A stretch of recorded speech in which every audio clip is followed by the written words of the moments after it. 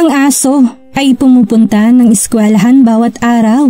Sinundan naman ito ng kanyang amo at nadiskubre ang isang nakakagimbal na bagay. Ang coastal town ng Whitby ay kilala sa maaliwalas nitong lugar. Si Richard, isang manunulat, ay sa lugar na ito nakakatagpo ng kapayapaan kasama ng kanyang matalik na kaibigang si Shadow, isang itim na labrador. Si Shadow ay higit pa sa isang alaga para kay Richard na napupuno ng misteryo. Tuwing umaga ay parabang may hindi nakikitang puwersa na gumagabay kay Shadow na bigla na lamang itong naglalaho sa bawat pagkakataon tuwing sisikat ang araw. Parabang hinahabol nito ang araw o di kaya'y tinatakasan ng pagsapit ng umaga. Nagagawa na lamang bumalik ni Shadow ng hapon, madumi na at puro putik sa kanyang balahibo. Ang Whitby ay isang lugar kung saan ang isang aso hindi basta makakapagtago o makakagawa ng isang bagay na hindi makikita ng iba. Pero tila naging bihasa na si Shadow sa pagtatago, dahilan para mapaisip na si Richard kung ano nga ba ang nangyayari. Saan nga ba napunta ang kanyang alaga? At ba't umuwi ito ng masaya at tila kontento? Kaya naman para malaman na ang kasagutan sa kanyang mga tanong ay gumawa na lamang ng paraan si Richard para masundan si Shadow. Palihim at maingat na sinundan ni Richard ang kanyang alaga. Dito, napadaan sila sa mabangong amoy ng bakery ni Mrs. Mulligan, isang lugar na kilala sa masarap nitong blueberry pie at sa iba pang lugar na pamilyar na kay Richard. Habang sinusundan ang kanyang alaga, ay hinuhulaan na rin ni Richard kung ano man ang pwede niyang makita. Dinala naman si Richard ng kanyang pagsunod sa Whitby Elementary School, isang lugar na nabubuhay sa ingay at pagtatawanan ng mga batang estudyante. Ang presensya ng eskwelahan ay napupuno ng pag-asa at pangarap mula sa mga bata, kahit na papaano'y naalala ni Richard ang kanyang nakaraan sa elementarya ng ilang sandali bago magbalik sa realidad dahil sa isang imahe na umagaw ng kanyang pansin. Nakita niya ang kanyang alaga sa isang kwarto sa ibabang bahagi ng eskwelahan, nakaupo at parang sigurado sa kung ano man ang kanyang ginagawa. Nakapustura ito doon na parabang isang gwardiya. Marahan namang lumapit si Richard para hindi maabalang eksena. Sa kanyang paglapit ay napansin niya ang mga tingin ni Shadow ay nakatuon lamang sa loob ng silid. Winawagayway ang buntot nito, indikasyon na pamilyar na siya sa lugar. Si Richard nang mapasilip sa silid na binabantayan ng kanyang alaga ay natanaw ang isang babaeng guro. Nasa kanyang tansya ay nasa 20 taon lamang ang edad. Ang mga batang estudyante naman ay tahimik lamang na nakikinig sa kanyang mga turo. Dito na rin napuna ni Richard ang librong hawak ng guro na nagbibigay ilustrasyon sa isang itim na labrador kagaya ni Shadow. Labis pang nagka-interes si Richard kaya pasikreto lamang siyang nakinig. Tungkol pala ang kwentong iyon sa isang tapat na aso na nagngangalang Midnight, isang paglalakbay na tila nagbibigay imahe sa naging pagsasama nila at karanasan ng kanyang alaga na si Shadow. Dito na naunawaan ni Richard ang dahilan na hindi ang lugar ang pinupuntahan ni Shadow kundi ang istoryang kanyang nadidinig. Kaya naman hinayaan na lamang niya ang kanyang alaga na mag-enjoy sa nais nito. Sabay pang umuwi noon ang mag-amo na kapwa naging masaya sa pangyayari. Sa silid kung saan naabutan ni Richard si Shadow ay naruroon ang guro na si Miss Eleanor na tila namang naibigan ng mga kabataang kanyang tinuturuan. Ang mga mata ng bata ay napupuno ng malawak na pag-iisip at imahinasyon. Kasabay ng mga estudyante ay naruroon pa rin si Shadow na seryosong nakikinig sa kanila. Pinapakinggan ang bawat parte ng istoryang nais nilang madinig, isang bagay na bibihira kung makita ni Richard. Ang kanyang tapat na alaga na madalas bida sa ginagawa nilang paglalakbay ay tagapakinig na lamang ngayon ng sarili niyang kwento.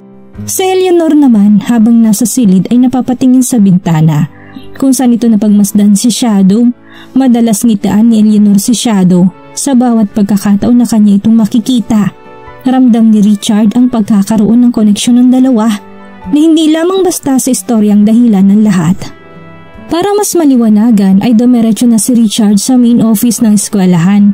Nagdaan siya sa isang hall kung saan nakita niyang nakakabit ang iba't ibang art at aktibidad na ginawa ng mga bata na sumasalamin sa kanilang mahusay na kaalaman. Dito niya nakilala si Mr. Thompson na siyang prinsipal ng eskwelahan. Agad niyang ibinahagi ang kwento ni Eleanor na may kinalaman sa asong si Midnight. Si Mr. Thompson naman ay napaatras na lamang. Mr. Thompson? Si Mrs. Eleanor ba? Isa siya sa pinakamagaling naming guro dito.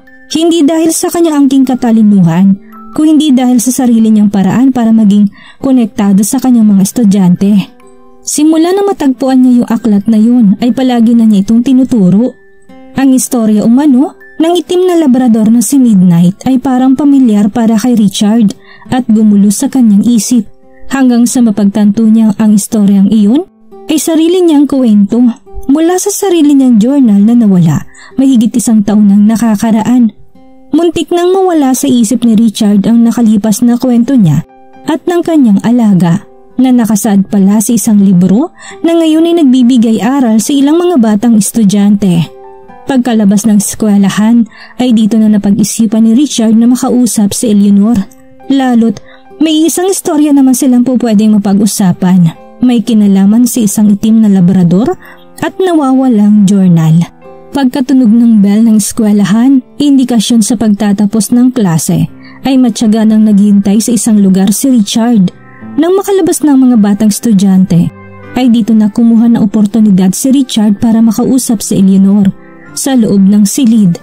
Agad din namang nagpaliwanag si Richard sa kanya kaya naman napagdesisyonan nilang magtungo muna sa isang cafe hindi kalayuan sa eskwelahan para mas makapag-usap ng maayos at pribado.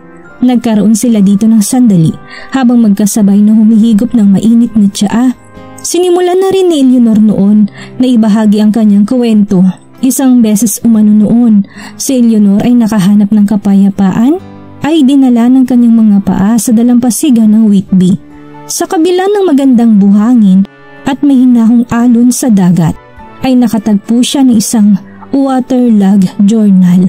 Dikit-dikit na rin ang pahina ng journal, indikasyon ng nababad ito ng gusto sa karagatan.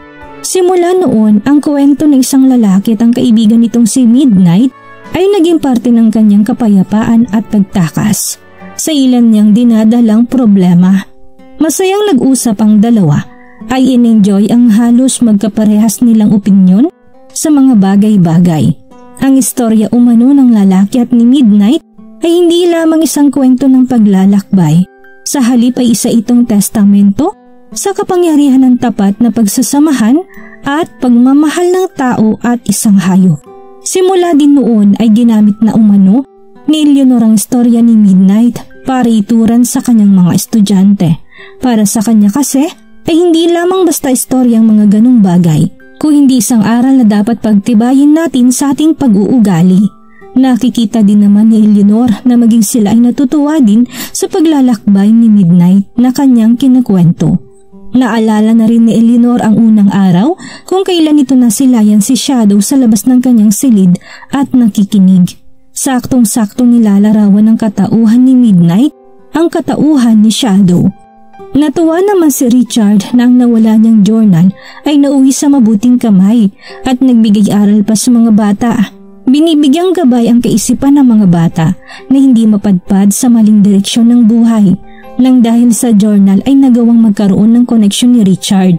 Ang itim niyang labrador na si Shadow ay gurong si Eleanor. Sadyang nakakamangha ang kwentong nilaan sa kanila ng tadhana. Ang hindi nila inaasahang koneksyon bunga ng isang journal na nawala at natagpuan ay mas pinagtitibay pa ng matapang nilang itim na labrador. Nabuo na rin ang taus-pusong pagkakaibigan ng dalawa. Wari bang magkakasama na nilang pinaghatian ang bawat aral at pag-asa na nakakabit sa kwento na alam nilang magbibigay kaliwanagan pa sa isip ng maraming kabataan. Nagagawa na ring makasama ni Eleanor si Richard sa pagbabahagi ng iba't iba niyang paglalakbay kasama ng kanyang aso na si Midnight na labis na lang ikinatutuwa ng mga bata. Maging ang mga bata ay napapatingin kay Shadow sa tuwing nadidinig nila ang pangalan ni Midnight na para bang totoong kwentong kanilang nadidinig. Simula noon Ang kwento ni Midnight ay naikakwento na rin ng maraming tao sa kanilang komunidad, lalo na sa mga anak at apo ng iba bago ito matulog. Kaya naman maging ang bawat bookstore sa kanilang lugar ay mabilis na nakakuha ng maraming kopya ng journal para maibenta sa mga tao. Nagsagawa din ng event ang eskwelahan para sa okasyong may kinalaman sa kwento ni Midnight. At sa tunay na istorya ng pagkakaibigan ni Eleanor, Richard at Shadow, bilang writer ay nagsagawa pa si Richard ng ilan pang kwento na maghahatid pa ng mas magandang aral sa mga kabataan. Pero ang talagang kinahangaan ng lahat ay walang iba kundi si Shadow, ay nagpapakita ng kasiglahan para ipakita na siya, at si Midnight ay iisa. Nagagawa ng mga bata na makipaglaro kay Shadow, masaya at nararamdaman ng pagkatotoo ng kwento ni Midnight dahil dito. Ini-enjoy ang idea na madalas ang pinakamagandang kwento ay ang kwento na madalas nating maranasan araw-araw.